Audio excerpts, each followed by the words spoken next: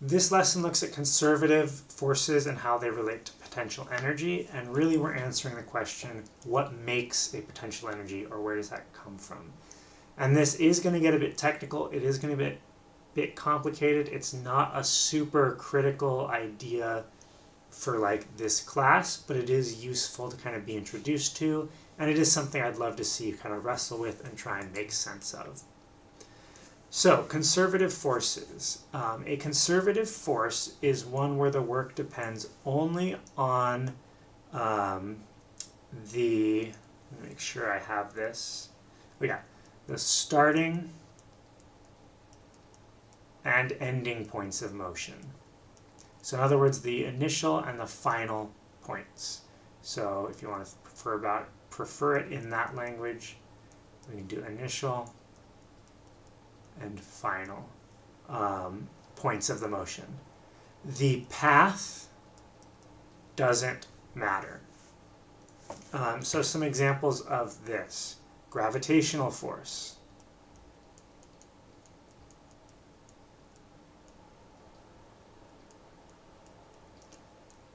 Spring force.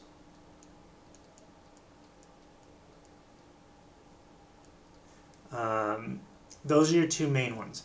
So for example, if I stretch a spring really, really, really far, but then I come back to where I started, or not to where I started, if I take a spring, I stretch it a little bit, and then I stretch it really, really, really far, and then I come back to where I started, then all that we care is that change from that little bit. So let me illustrate that because I know that's hard to explain. So if I start with my spring like this, so say it's stretched this much. It's initially only that long, so we've got this little extra bit of stretch. Now I take that string and I stretch it way out like this, and then I release it so it comes back to here. Well, all that we care about is the comparison between here and here. We don't care about the fact that it got stretched way out here and then came back, because the force is still going to be the same. All that matters is how far we are from the start. Same thing with gravitational force. If you throw something up in the air and it comes back to your hand, the gravitational force is back to whatever it started at when it's back in your hand. We don't care about the path that we took. This will make more sense when we talk about the next one, which is non-conservative force. In this case, the work done depends on the path taken, and the most common example is friction.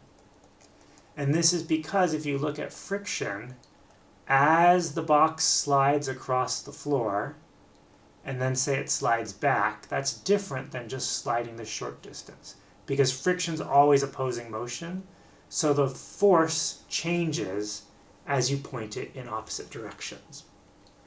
So non-conservative forces always are adding or removing energy along the entire path, whereas conservative can add and remove depending on which direction you're moving. So how does that relate to potential energy? All potential energy is the result of a conservative force.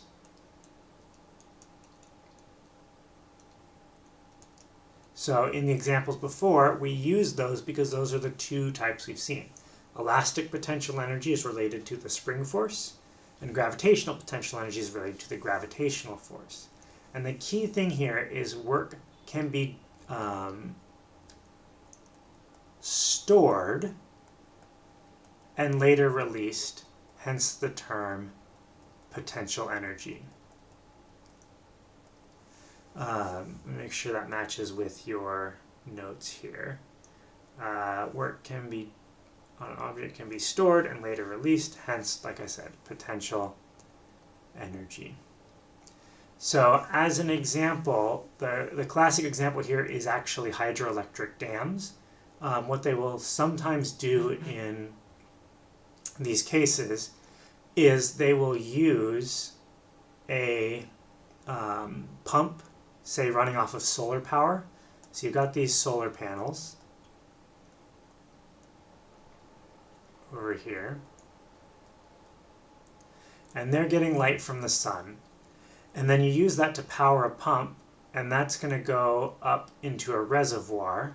I know this is a really bad drawing, but bear with me. And it pumps water from, a lake down here up into some reservoir behind a dam. And that's a very poorly drawn dam.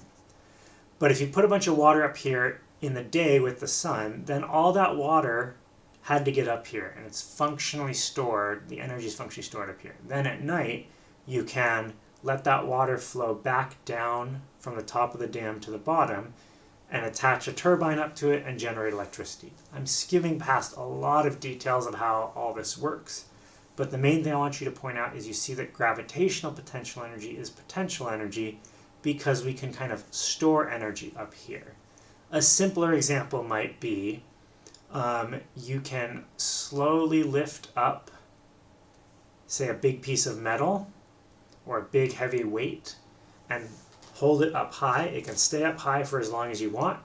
And then if it's like tied to the ceiling, you can cut that string and that energy can be released as it falls down at some later date. That's not a very practical example, which is why I led with the hydroelectric, but you can kind of see the idea here of that's the idea of this. Likewise with a spring, I should have said that because that's actually a much simpler example. If you have a little toy gun, like a Nerf gun that's powered by a spring, you can store the energy in the spring, pull the trigger, and it releases that energy whenever you want. Non-conservative forces and energy, this typically causes a system to lose energy. So the example of friction, you're losing that energy as heat. And this is because energy is often moved into a system like thermal, where it